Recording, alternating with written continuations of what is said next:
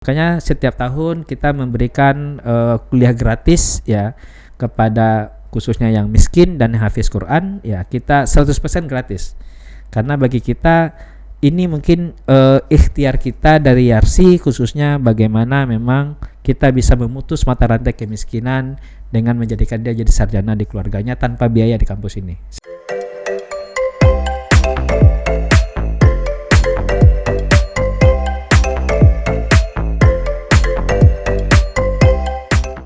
Halo guys, welcome to our YouTube channel, yaitu Podcast Om Natsir. Sebelumnya perkenalkan, aku Justin Naila. Oke, pada siang hari ini kita mengundang salah satu guest star yang sangat-sangat berpengaruh di kampus kita, yaitu orang pertama dan nomor 1 yang ada di kampus kita, Universitas Muhammad Natsir Bukit Tinggi. Oke, mungkin langsung aja kita sambut Bapak Rektor kita, Bapak Afridian Wirahadi Ahmad. Oke Pak, selamat siang Bapak. Siang Naila. Oke Pak, gimana kabarnya Pak? Alhamdulillah sehat dan insyaallah selalu semangat. Oke. Di podcast pertama kita ini kita pengen tahu nih, siapa sih Bapak Rektor kita, mungkin untuk kehidupan pribadi Bapak, siapa sih Bapak, gimana sih Bapak, gitu Bapak Rektor kita. Nih, Bapak kan salah satu rektor yang memang terbilang cukup muda nih Pak, bisa kita sebut rektor milenial nih Pak.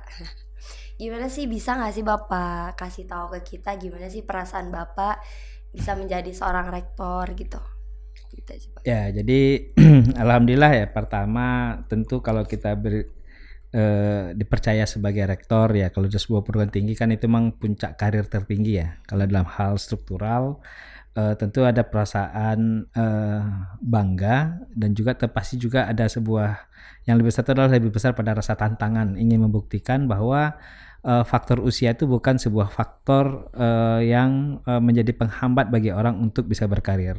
Karena Rasulullah sendiri pun juga menjadi pemimpin umat pada saat usia 40 pada saat itu.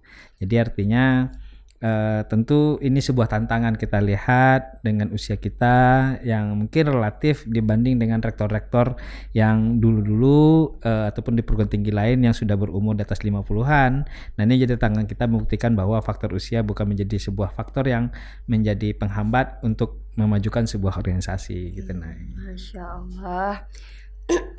Oke Pak, mungkin bisa juga Bapak ceritakan gimana sih proses Bapak bisa sampai di titik sekarang ini. Mungkin bisa ceritain tentang gimana sih Bapak mulai dari menjadi seorang mahasiswa ataupun Bapak bisa sampai ke titik saat ini gitu Pak.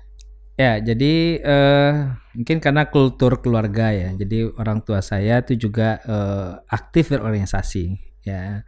Jadi mungkin jiwa itu salah satu lahir ngalir ke diri saya. Jadi ketika memang waktu kuliah saya banyak aktif di berbagai organisasi. Nah, kenapa sih harus aktif di organisasi pada saat itu? Padahal mungkin banyak teman-teman kita yang sedang kuliah itu dapat IP tinggi, kemudian juga sepertinya nyaman kuliahnya. Kenapa? Karena tidak banyak kesibukan. Karena memang menyadari waktu itu ini kesempatan sebenarnya bagi diri ketika sedang status mahasiswa ini, kesempatan untuk melatih kemampuan diri, melatih kemampuan manajerial, leadership, organisasi, membangun jaringan dan lain sebagainya.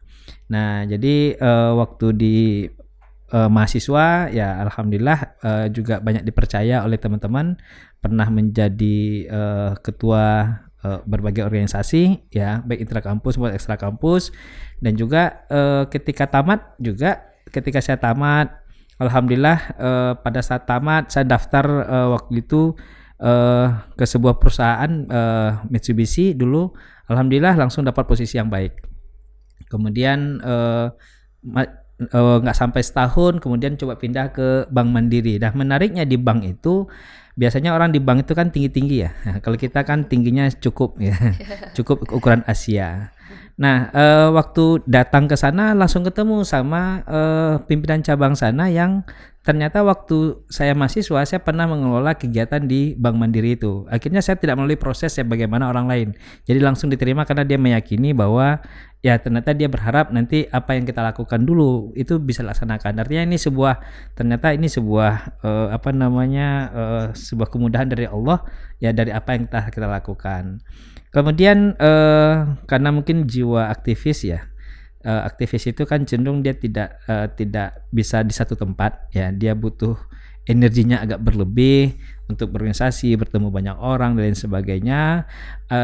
Sehingga memang dulunya saya memang ingin jadi dosen juga. Ya, kenapa? Karena waktu mahasiswa saya di HMI dulunya saya jadi instruktur, ya instruktur pelatihan dan sebagainya. Dan ada momen karena saya melihat bahwa ketika kita jadi dosen kita bisa untuk mengembangkan diri itu tidak hanya di internal organisasi atau internal kampus ya, tapi bisa nanti mengembangkan diri di tengah masyarakat. Akhirnya ya saya daftar masuk ke dosen Politeknik Negeri Padang, dulu namanya Universitas Andalas ya, sebelum dia diotonomikan, dan alhamdulillah memegang beberapa amanah, dan pada saat itu juga dibawa ke Yarsi Sumbar sebagai pengurus, dan akhirnya ya sekarang diamanahkan oleh Yarsi Sumbar untuk menjadi rektor, karena tentu harapan dari Yarsi bagaimana memang kampus punya Yarsi ini bisa menghasilkan sumber daya manusia yang diharapkan sesuai dengan tujuan dari Yarsi itu sendiri. Gitu, Nay. Wah, Masya Allah sekali apa perjalanan Bapak sampai bisa di titik ini ya Pak ya. Mungkin itu oke. Oke, Masya Allah sekali perjalanan Bapak yang Bapak ceritakan sehingga Bapak bisa sampai di titik ini menjadi seorang rektor sebuah universitas Muhammad Nazir Bukit Tinggi tentunya.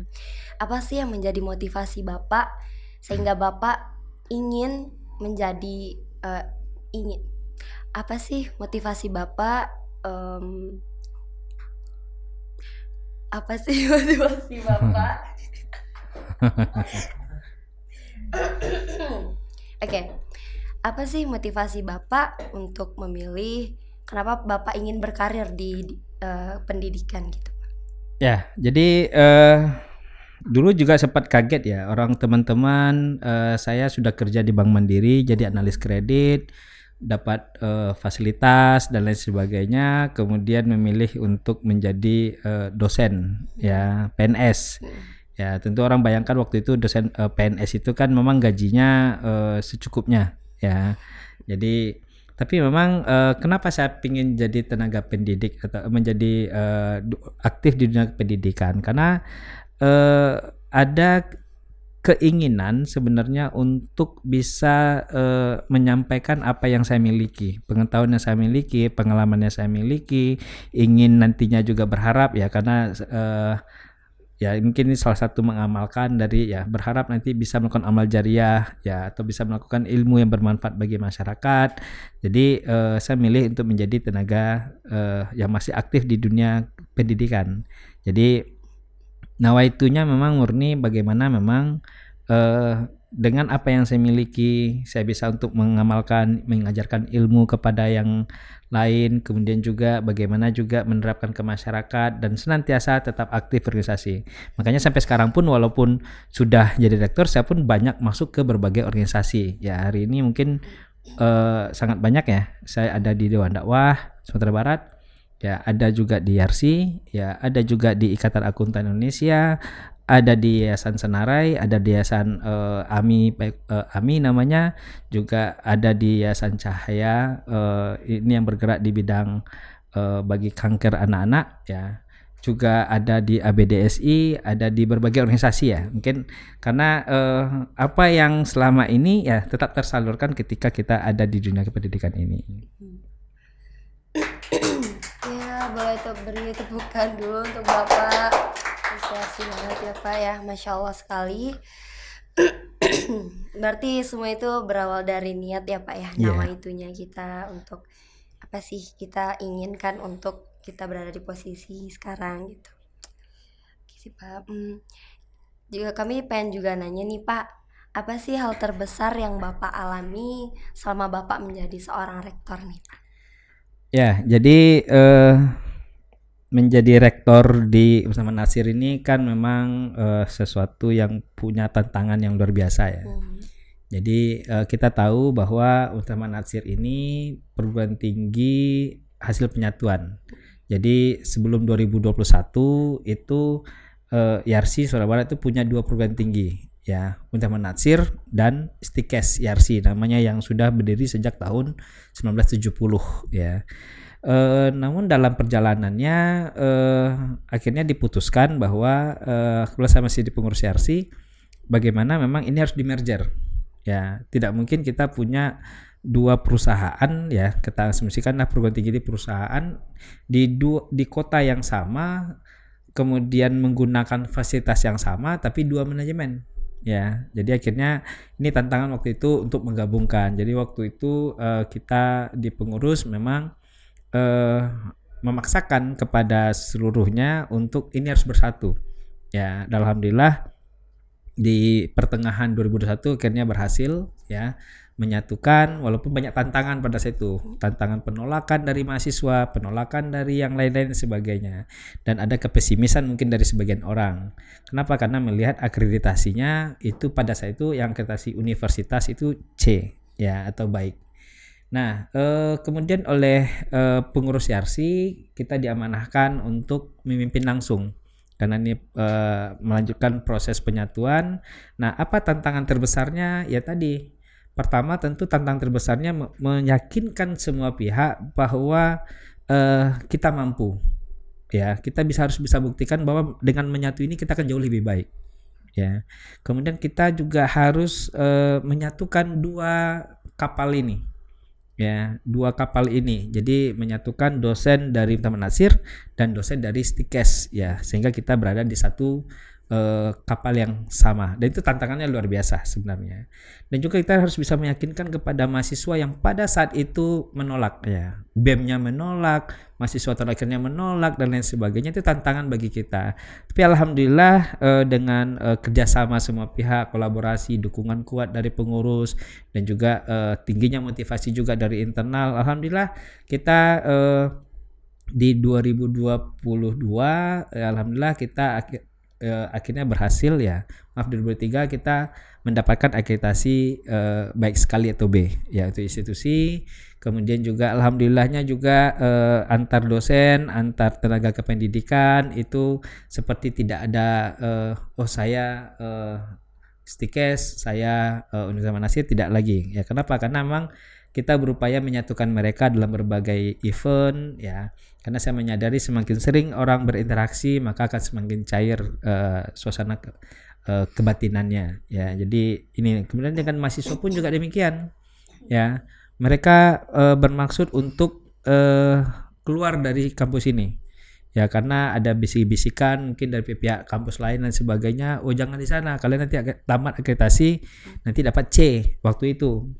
Nah, apa yang kita lakukan? Tentu inilah gunanya kita menggunakan strategi. Ya, kita pada prinsipnya kita menyatu ini tidak boleh merugikan mahasiswa. Kita ini harus mahasiswa tetap diuntungkan. Alhamdulillah mahasiswa tadi tetap bisa kita tamatkan dengan akreditasi B, terbaik sekali. Dan juga alhamdulillah kita juga bisa menunjukkan kepada semua pihak dengan kolaborasi yang ada di kampus ini, akhirnya mahasiswa kita tuh naik drastis ya.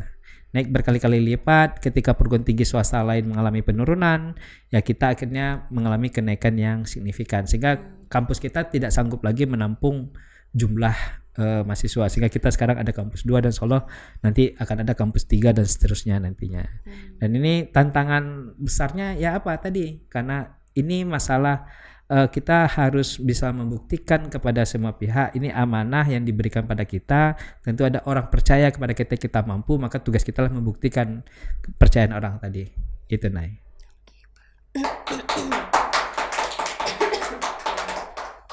Oh ya, berarti itu ya tantangannya sangat berat ya Pak, sehingga kampus kita bisa menjadi satu naungan yang sama, yaitu Universitas Muhammad Nasir Bukit Tinggi ya Pak ya. Ya.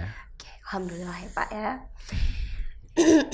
Oke, Gimana sih menurut Bapak nih ada statement ya yang mengatakan kebiasaan sehari-hari kita itu berpengaruh terhadap kesuksesan kita di masa depan nih Pak. Nah gimana sih menurut pandangan Bapak atas statement tersebut Pak? Ya, jadi sesuatu yang kita lakukan, rutin kita lakukan, itu akan jadi kebiasaan kita dan akan menjadi budaya hidup kita. Jadi kalau kita misalnya terbiasa misalnya melihat sesuatu itu dengan negative thinking terlebih dahulu, suka berburuk sangka terlebih dahulu, akhirnya itu apapun yang dilakukan orang lain kita pasti berburuk sangka terlebih dahulu. Tapi kalau kita misalnya kita terbiasa ada sesuatu, kita melihat sesuatu itu dari positive thinking, ya kita berpositif, berbaik sangka, ya insya Allah itu akan menjadi sebuah budaya kita, ya jadi kebiasaan akan melakukan kebudayaan kita dan akhirnya kita menjadi tradisi kita. Jadi makanya ketika kebiasaan-kebiasaan kita, ya kita biasanya sederhananya adalah kita terbiasa misalnya membuang sampah pada tempatnya, akhirnya dimanapun kita akan tetap buang sampah pada tempatnya walaupun tidak ada orang di sana. Misalnya ketika misalnya kita terbiasa misalnya berkata santun kepada orang lain, kita terbiasa untuk menghormati orang lain, dimanapun kita berada kita akan menjadi kebiasaan. Makanya kebiasaan kita itu akan menjadi sebuah budaya hidup kita dan akan menjadi sebuah tradisi bagi kita. Makanya senantiasalah untuk melakukan hal-hal yang baik, ya sehingga dengan hal baik tadi kita akan bisa untuk ya menjadi sebuah ya budaya dan juga menjadi jati diri kita nantinya. Oke Pak. Oke, di sini Bapak rektor itu kan juga manusia ya Pak ya. Yeah. Pasti juga pernah mengalami adanya tekanan ataupun kita sama-sama tahu rektor itu kerjanya sangat berat, sibuk gitu Pak. Nah jadi kami pengen tahu nih Pak, apa sih kebiasaan Bapak ataupun apa sih kegiatan Bapak untuk Bapak mengalihkan ataupun menghilangkan stres Bapak nih dengan pekerjaan, dengan kesibukan pekerjaan Bapak yang Bapak alami gitu Pak. Ya, jadi memang ketika kita beraktivitas ya keseharian ya, tidak hanya sebagai rektor, mungkin kita sebagai manusia pasti yang namanya mood itu ya seperti iman ya, naik turun ya menurut orang ya. Cuma mungkin saya punya apa ya, saya mendapatkan sebuah inspirasi dari sebuah kisah ya. Jadi ada seorang raja yang sukses, kaya, kemudian lain sebagainya. Kemudian juga banyak tantangan lah bagi dia. Kemudian dia bertanya kepada seorang sufi. Dia minta nasihat kepada sufi. Ya, dia cuma minta nasihatnya, tolong beri saya nasihat yang pendek kata-katanya, tapi saya bisa ingat terus dan bisa menjadi motivasi saya. Lalu sufi itu berkata, dia cuma berkata gini. Ya, ini akan berlalu. Ya, ini akan berlalu. Artinya kesedihan, misalnya ada sebuah kejadian buruk atau berita sedih, atau termasuk berita gembira, ini akan berlalu. Ya, ini akan berlalu. Artinya apa? Ya, kita tidak boleh terlalu bersedih. Kita tidak boleh terlalu berbahagia.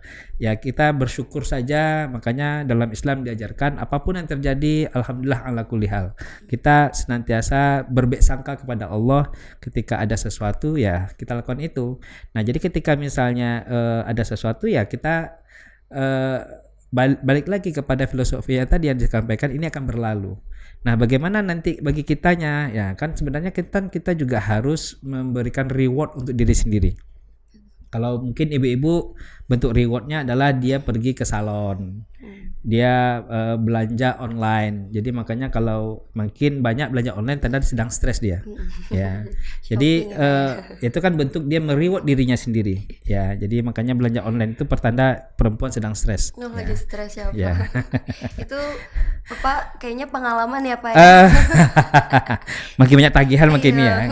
Kalau saya prinsipnya gini, sebenarnya kita harus reward diri kita, ya dalam bentuk ya tadi mungkin kita punya hobi, misalnya kita suka jalan-jalan, sudah kita pergi jalan-jalan. Kita sukanya mungkin nonton, atau kita ada yang mungkin suka karaoke, ada yang macam-macam. Karena prinsipnya itu perlu dicas ya diri kita, jadi kita nggak bosan. Tapi alhamdulillah mungkin ketika kita banyak masuk berbagai organisasi, ya kalau saya mungkin kenapa agak kurang terasa jenuh ya, kok ini, karena saya ketemu dengan banyak orang, beda-beda topik dan sebagainya, sehingga alhamdulillah itu bisa mengalihkan semuanya. Jadi saya sekarang ada kegiatan misalnya di sini, kemudian nanti sebentar lagi ada di sini, ada di sini, ada di sini, dan seterusnya. Tapi tetap yang namanya sore hari ya saya ada di rumah. Ya, dan sore hari saya pasti membawa keluarga pergi jalan-jalan keluar. Ya, apakah namanya sekedar putar-putar kota atau pergi makan malam, yang penting kita keluar. Karena juga kita harus reward juga bagi mereka yang telah kita tinggalkan dalam satu hari itu. Ya, jadi ini cara kita untuk menjaga mood ya. Jadi makanya jangan monoton, jangan hanya masuk di satu organisasi, jangan hanya satu di tempat saja. Jadi ketika kita banyak banyak aktivitas, insya Allah itu bisa mengalihkan kejenuhan kita. Dan apalagi kalau kita dosen ya, pindah-pindah kelas itu kan bisa membuat kita bertemu lagi dengan suasana baru, bertemu dengan orang-orang baru dan sebagainya. Jadi itu mungkin ininya. Pakai tepuk hari.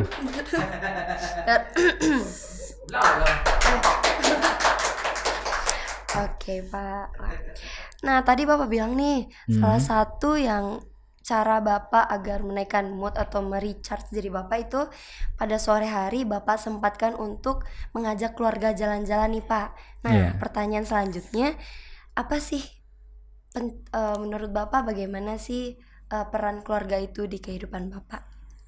Ya, jadi keluarga itu tentu menjadi hal yang paling utama. Ya, jadi orang bekerja itu kan tujuannya adalah untuk keluarganya. Ya, selain memang untuk dirinya sendiri. Ya, tapi tentu dia ada bekerja, tentu dia cari nafkah untuk siapa? Untuk keluarga dia. Nah, makanya apa sih peran keluarga? Ya, pada prinsipnya itu menjadi motivasi kita. Yang kedua juga di keluarga itu kita juga ibaratnya ini berbagi peran.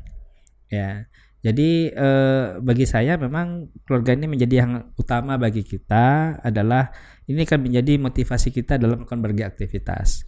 Ketika misalnya kita mencari nafkah, misalnya nanti keluarga kita nanti bisa makan, bisa bertempat tinggal yang layak, pendidikan yang baik dan sebagainya. Ketika misalnya kita anggaplah sekarang saya jadi rektor, tentu bagi anak tentu jadi sebuah kebanggaan misalnya, dan bisa jadi motivasi bagi dia dan seterusnya. Dan juga tapi yang sangat saya yakini itu adalah memang di keluarga itu kita harus berbagi peran ya. Jadi mohon maaf, istri saya itu dia tamat S2 ya, S2-nya dari Amerika Serikat ya, kuliah di Amerika Serikat, tapi kita memilih untuk kita berbagi peran. Saya cari nafkah, dia tolong ngurus keluarga di rumah. Ya, kenapa? Bukan karena tidak bisa cari pekerjaan, banyak tempat pekerjaannya, kemampuan bahasa Inggrisnya sangat bagus, tamatnya dari luar negeri ya.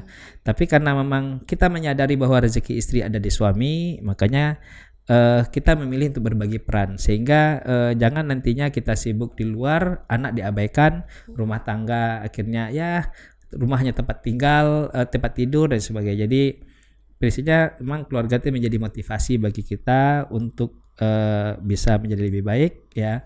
Dan apalagi juga Rasulullah juga mengatakan bahwa ya ketika kita berkeluarga, pada prinsipnya kan kita menyempurnakan keimanan kita dan menyempurnakan kehidupan kita. Jadi ini menjadi hal yang sangat penting bagi kita ininya ya, dalam memahaminya. Oke. Berarti keluarga itu menurut Bapak itu paling penting ya Pak ya, kehidupan Bapak. Insyaallah. Gini nih Pak, Bapak kan sebagai seorang rektor tuh kesibukannya sangat padat, yang mungkin untuk pulang ke rumah itu jarang ya Pak ya, karena kesibukan yang padat tadi. Nah, apa sih, bagaimana sih cara Bapak manage antara kehidupan pribadi Bapak dengan kehidupan di pekerjaan Bapak? Ya, jadi mungkin orang mengatakan saya kapan sih, gimana sih cara bagi waktu, jam berapa sih tidur. Maka saya katakan saya sore hari itu ada di rumah dan tidurnya cepat. Habis sisa yang sebenarnya kita tidur selesai ya. Lah orang katakan, loh gimana cara bagi aktivitas? Jadi memang kita berupaya memang siang itu kita maksimalkan sebaik mungkin ya. Dan alhamdulillah juga walaupun berada di posisi kunci sebuah organisasi ya, banyak organisasi kita masuki, tapi memang karena apa ya, sekarang kita alhamdulillah dimudahkan juga melalui handphone, ya WhatsApp dan sebagainya. Jadi bagaimana kita membagi waktu? Ya tadi sebenarnya kita harus menyadari bahwa kita tidak mungkin bisa menyelesaikan sebuah permasalahan sendiri. Tugas pemimpin itu adalah bagaimana dia membagi pekerjaan. Ya, karena definisi pemimpin itu kan mempengaruhi. Ya, jadi mempengaruhi agar orang lain melakukan apa yang dia inginkan. Itu tugas pemimpin. Bukan harus dia yang melakukan, tapi bagaimana dia membangun sebuah sistem, kemudian semuanya bergerak mencapai tujuan yang diharapkan. Nah, jadi ketika ada sebuah pekerjaan, ya ada sebuah organisasi kegiatan, biasanya saya tidak sendiri.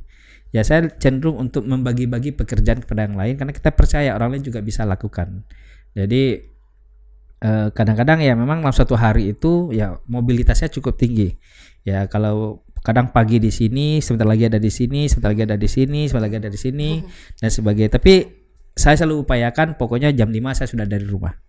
Ya, kemudian malam ya tidur. Besok pagi pula saya ini, kecuali misalnya ada dalam hal yang sangat darurat saya harus malam ya. Tapi sangat jarang. Biasanya udah selesai isya, main sebentar, tidur, besok pagi mulai beraktivitas lagi. Jadi nah kita atur waktu, ya kita atur makanya mungkin kita juga alhamdulillahnya tidak punya kebiasaan nongki-nongki dengan teman-teman ya. Ya, jadi kalau ada teman-teman biasanya ngajak ngopi-ngopi yuk, ya biasa saya nggak pernah hadir. Ya, karena dia nongki-nongkinya di jam keluarga. Oh, gitu. Jadi tapi kalau nongki-nongki siang-siang mungkin saja. Tapi kalau malam hari biasanya saya tidak pernah mau hadir. Ya, kecuali dalam hal kegiatan yang memang kita harus hadir karena dalam kapasitas kita diundang. Ya, jadi itu yang ininya Nay. Yang menjadi Bapak pembagian waktunya ya Pak ya. Ya, jadi kita berharap kita mencoba untuk ketika ada pekerjaannya jangan diambil sendiri, didistribusikan ke yang lain. Kenapa? Karena orang lain juga ingin juga berpartisipasi dan juga akan memudahkan kita. Makanya bekerja sama dan sama-sama bekerja nantinya. Jadi emang bagi-bagi tugas ya Pak ya. Iya. Oke. Bapak nih merupakan seorang rektor nih Pak. Pasti banyak yang Bapak menjadi panutan oleh orang-orang gitu, maupun teman-teman ataupun mahasiswa nih. Saya salah satunya Bapak menjadi panutan saya gitu. Karena Bapak ya dari pandangan saya itu Bapak sangat-sangat luar biasa gitu. Nah, kalau Bapak sendiri nih, siapa sih tokoh panutan Bapak gitu? Ya, jadi kalau bicara tokoh memang ya kalau secara ini kan tetap pasti Rasulullah ya. Dengan segala kemuliaannya, tapi kalau kita bawakan ke Indonesia ya saya senang dengan para pendiri bangsa kita, salah satu juga Pak Natsir ya, Bung Hatta, Pak Agus Salim, Pak M. Yamin dan sebagainya. Kenapa? Karena di situ ada kekhasan mereka itulah keikhlasan ya, keikhlasan. Jadi kita melihat misalnya Pak Agus Salim dengan demikian banyak bahasa yang dia kuasai, dengan sekian jabatan yang dia miliki, tapi ketika dia pensiun, dia hanya bawa mesin tik, kemudian satu koper, kemudian dia ngontrak di sebuah gang kecil di Jakarta. Padahal dengan jabatan dia sebagai levelnya sudah di bawah presiden levelnya, ya sebenarnya dia kan bisa saja kaya raya ya. Apalagi Indonesia baru merdeka, sumber daya alamnya sangat banyak yang bisa dia jual kepada orang lain, tapi dia tidak lakukan. Kenapa? Karena ada keikhlasan. Kita juga bisa lihat seperti Bung Hatta misalnya ketika dia mengabdikan diri ke Indonesia, atau juga yang lebih hebat itulah Pak Natsir itu sendiri ya. Bagaimana beliau mendirikan Yarsi tapi tidak ada nama beliau dipasang di sana. Tidak ada rumah sakit M. Natsir dia bikin, tidak ada namanya Yarsi M. Natsir, tidak ya. Dia mendirikan, dan itu karena sebuah keikhlasan. Dia bisa menjadi, bayangkan saja dengan ketokohannya, karena orang tadi melihat keikhlasan ya.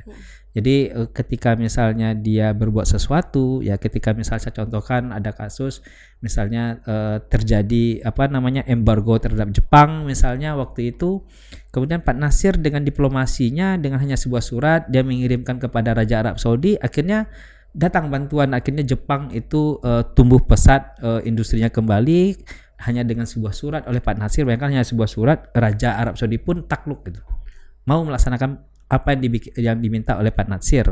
Nah akhirnya makanya bagi Jepang ketika Pak almarhum Pak Natsir itu dia meninggal, bagi dia tuh lebih dahsyat daripada bom Nagasaki dan Hiroshima, karena begitu besar ketokohannya, belum lagi yang lain-lainnya. Artinya kita melihat bahwa para pendiri-pendiri bangsa kita, founding fathers kita itu punya yang namanya keikhlasan dalam melakukan segala sesuatu.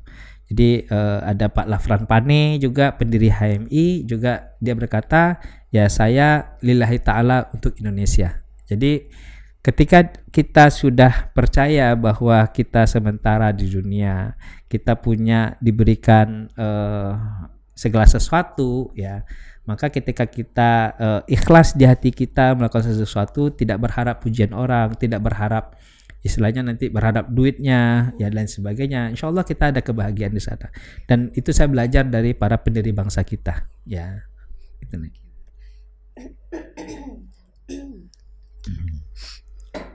Oke Pak, di sini kami mau tanya siapa? Apa sih harapan Bapak untuk generasi muda selanjutnya agar bisa nih mungkin sesukses Bapak nih? Nah, apa sih harapannya dan saran Bapak untuk generasi muda? Ya, jadi ini salah satu yang rugi bagi mahasiswa, ya. Rugi bagi mahasiswa itu adalah ketika dia menjadi mahasiswa kuliah pulang. Sangat rugi sekali. Mahasiswa kupu-kupu. Ya, jadi mahasiswa kupu-kupu atau mahasiswa yang hanya hobi dengan media sosial dan sebagainya, tidak produktif, itu sangat rugi. Kenapa? Karena pada prinsipnya ketika dia mahasiswa, itu sebenarnya kesempatan dia belajar, kesempatan dia melatih diri, melatih kepemimpinan, melatih manajerial, melatih berorganisasi, melatih mental dia, melatih berkomunikasi dan lain sebagainya. Jadi memang ketika mahasiswa inilah kesempatan dia untuk melatih kemampuan diri. Ya, ketika dia sudah tamat, dia hanya tinggal menikmati. Mentalnya sudah terbangun, kemampuan komunikasinya sudah baik. Kemudian ketika dia masuk ke sebuah tempat kerja, insya Allah dia akan menjadi bintang. Ya, makanya kalau kita melihat sekarang yang para tokoh bangsa kita pasti semuanya aktivis.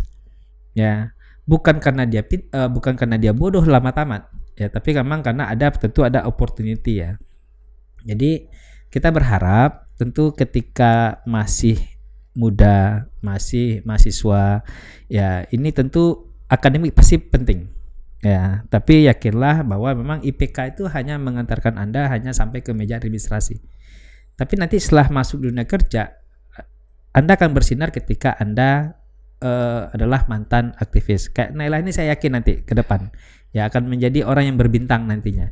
Kenapa? Karena mentalnya sudah terbangun. Dia sudah terbiasa mengemukakan pendapat. Ya, Naila sudah terbiasa mengorganisir orang-orang, mengorganisir sebuah kegiatan.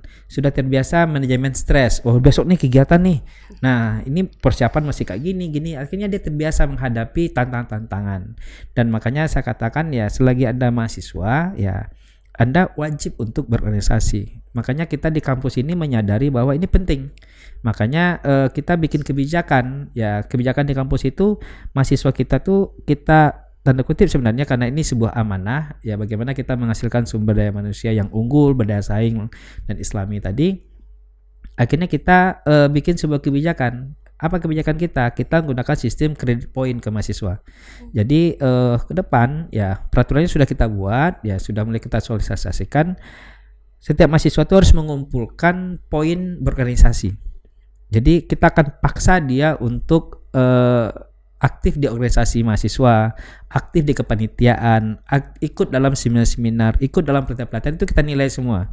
Termasuk juga kita dorong juga dia juga menjadi pengurus organisasi. Termasuk juga misalnya karena saya juga merasa saya juga banyak aktif dulu di HMI yang bentuk mental saya juga dorong mereka untuk melakukan hal yang sama karena saya merasakan dampak positifnya. Ya, jadi berorganisasi itu menjadi sebuah kewajiban sebenarnya, bukan hanya sebuah kebutuhan saja ya. Karena dengan itulah nanti insya Allah kita akan bersaing dengan lulusan-lulusan kampus lain. Kalau kita bersaing di sisi akademik, mungkin kita bisa kalah dengan anak-anak UI, maaf istilahnya, dengan anak ITB, anak UGM, dengan tamatan dari Harvard University, dari Oxford dan sebagainya. Tapi kalau kita punya soft skill, ya insya Allah kita akan bisa bersaing dengan mereka pastinya. Nah itu guys, dengar ya apa kata Pak Rektor. Jangan lupa untuk aktif di organisasi. Ya Pak, ada nggak sih Pak kata-kata bijak dari Bapak nih? Berat ini kata bijaknya. Ya, bagi saya ketika kita melakukan aktivitas, ya, yang penting itu ya, kalau saya mungkin punya motonya kan ikhlas, yakin, usaha sampai. Ya, jadi kita harus tanamkan keikhlasan. Jadi yakinlah bahwa Allah itu menciptakan dua malaikat bersama kita, malaikat yang baik yang mencatat amal baik, ya rakib atid, juga malaikat yang mencatat amal buruk, dan itu tidak bisa tidak akan digabung-gabung. Jadi ketika misalnya kita punya niat yang ikhlas melakukan segala sesuatu, insya Allah nantinya akan dicatat sebagai amal, insya Allah nantinya. Dan juga yakin, usaha sampai, ya ada keoptimisan bagi kita. Pokoknya segala sesuatu insya Allah kita bisa. Ya, karena juga di Al-Quran katakan ya, di antara ketika kesulitan ada kemudahan juga. Jadi tinggal kita berikhtiar. Nah, jadi tidak ada masalah di dunia ini yang tidak bisa selesai. Tidak ada masalah itu diberikan kepada kita yang kita tidak sanggup untuk melaksanakannya. Jadi kesempatan selagi kita muda, ya silakan nanti untuk tingkatkan kemampuan diri, ya, karena kompetisi itu tidak di akademik. Ya, kompetisi itu nanti di soft skill Anda. Ya, mental Anda tuh harus lebih kuat. Ya, apalagi nanti akan menghadapi era robot ke depan. Ya, era robot. Kalau hari ini mungkin kita sudah mulai kenal robot, tapi ke depan pasti akan lebih kuat lagi era robotnya. Tentu di sini butuh memang tidak hanya kemampuan akademik ya, tapi juga kemampuan soft skill Anda nantinya. Jadi jangan hanya belajar saja di kelas, tapi juga latih diri Anda sendiri. Oke Pak, selanjutnya itu moto Natsir Pak. Ya. Moto kampus kita itu apa sih Pak? Ya, moto kita itu kan membangun ilmu, karakter, dan peradaban. Nah, ini kan sebenarnya juga seiring dengan tridharma perguruan tinggi. Jadi perguruan tinggi itu punya 3 fungsi: fungsi pendidikan, fungsi penelitian, dan fungsi pengabdian pada masyarakat.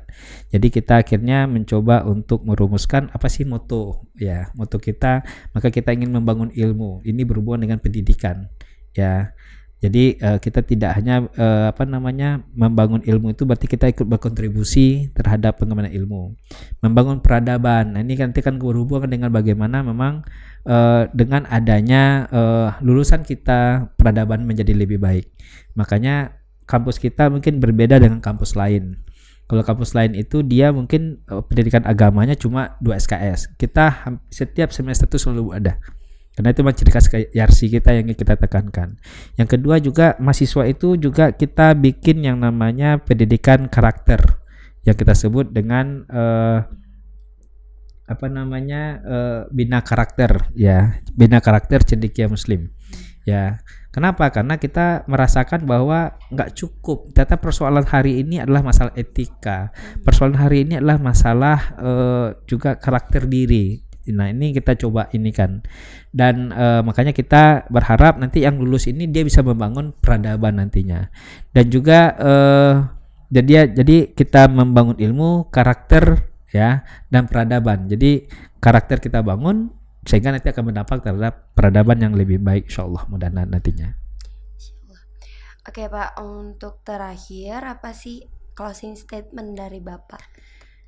Ya, ini tentu terima kasih ya. Ini tidak mungkin belum sukses sebenarnya, tapi saya cuma menjalankan apa yang Allah gariskan kepada saya. Tapi dimanapun kita berada, senantiasa untuk tetap amanah, ya. Jalankanlah kepercayaan orang. Jadi karena sesungguhnya bagi kita memahami jabatan itu bukan kedudukan. jabatan itu adalah sebuah pekerjaan yang harus dipertanggungjawabkan kepada yang memberi amanah dan yang maha pemberi amanah. Jadi kalau kita memahami jabatan itu adalah sebuah kedudukan, kita akan menjadi orang yang sombong. Kita akan menjadi orang yang ibaratnya ketika misalnya kita nggak sebuah jabatan, tentu kita akan jadi kayak orang otoriter dan lain sebagainya. Tapi kalau kita maknai ini sebuah pekerjaan, berarti kita harus menyadari bahwa ini pekerjaan kita, ya, bukan masalah kedudukan, ya, bukan sebuah jabatan. Jadi ini yang perlu kita pahami. Yang kedua juga senantiasa nantinya untuk optimis, ya. Jadi tidak cukup Anda amanah, ikhlas, Anda juga harus optimis. Tidak ada, sekali lagi, masalah yang tidak bisa diselesaikan. Tidak ada dibalik, ya, makanya tidak ada sesuatu itu yang tidak bisa untuk kita tuntaskan. Ya, salah satu bisa, tinggal ikhtiar kita saja. Jadi nanti adik-adik mahasiswa, Anda punya masalah dengan pacar, punya masalah dengan keluarga, masalah ekonomi, ya mudah-mudahan itu tidak menjadikan Anda patah semangatnya. Anda tak punya motivasi, berkomunikasilah dengan para pihak yang kira-kira bisa untuk memberi motivasi Anda atau bisa memberikan solusi bagi Anda. Dan juga yang ketiga, ya kita berharap juga nantinya Anda ketika masih muda untuk senantiasa aktif, ya, dalam organisasi. Oh, kuliah saya tertinggal. Oh, jam istirahat saya sedikit. Itu hal biasa kok. Ini investasi. Karena sekali lagi pendidikan itu juga investasi. Ya. Jadi kalau kita bicara pendidikan, kenapa saya harus kuliah? Karena pendidikan itu akan menjadi investasi Anda di masa depan. Ya, jadi kalau hanya berpikir otak kita atau hanya berpikir sekedar cari uang, mending Anda nggak usah kuliah sama sekali. Anda nggak usah sekolah sama sekali. Anda cukup pergi ke ladang, ambil cangkul, tanam padi, selesai. Tapi cara berpikir Anda akan berubah, ya. Dan makanya lewat pendidikan ini bagi adik-adik mahasiswa yang mungkin yang merasa saya ekonomi lemah dan sebagainya, harusnya itu jadi motivasi bahwa dengan pendidikan inilah, ya, dengan pendidikan inilah kita bisa untuk merubah nasib dari keluarga, ya. Bisa mengangkat harjat. Makanya ketika saya masuk ke sini, ya, mungkin orang melihatnya saya bikin kebijakan waktu itu kuliah gratis, ya, kuliah gratis untuk 45 orang. Awal-awalnya kan orang bingung, nih ngapain pakai kuliah gratis? Walaupun secara hitungan keuangan saya sudah masuk hitungannya, ya. Karena hitungannya waktu itu adalah, ya, insya Allah ini tidak akan, karena kita sudah punya mahasiswa, ini tinggal dimasukin saja gabung dengan yang lain. Tapi waktu itu kita meyakini ketika kita tanda kutip, ya, sedekah, ya, walaupun ini tidak ada amal bagi kampusnya, ya, bagi kita sedekah, Allah akan memudahkan segala sesuatu. Ya, makanya setiap tahun kita memberikan kuliah gratis, ya, kepada khususnya yang miskin dan hafiz Quran, ya, kita 100% gratis. Karena bagi kita ini mungkin ikhtiar kita dari Yarsi, khususnya bagaimana memang kita bisa memutus mata rantai kemiskinan dengan menjadikan dia jadi sarjana di keluarganya tanpa biaya di kampus ini sepeser pun. Ya, paling nanti bayar cukup uang wisuda saja, ya, karena dia pakai baju sendiri. Ya. Jadi itu ikhtiar. Jadi mudah-mudahan nanti teman-teman mahasiswa semua, ya, tetap bersemangat selalu, ya, yakin usaha sampai dan berorganisasi lah. Tidak akan rugi sama sekali ada berorganisasi. Makin banyak Anda berorganisasi, semakin baik bagi saya, ya. Dan itu akan membentuk mental Anda juga nantinya. Mungkin itu Nela. Oke, terima kasih Bapak, itu dia. Oke, itulah closing statement dari Bapak Rektor. Oke guys, mungkin sekian bincang-bincang kita pada siang hari ini dengan Bapak Rektor. Terima kasih banyak Bapak udah, ya, terima kasih, Nay, sukses selalu, ya. Terima kasih Bapak. Semoga sharing-sharing kita pada siang hari ini dengan Bapak Rektor bisa memberikan perubahan kepada kita, terutama mahasiswa yang ada di kampus kita ini. Saya Justin Nela, pamit undur diri. Terima kasih. Assalamualaikum warahmatullahi wabarakatuh.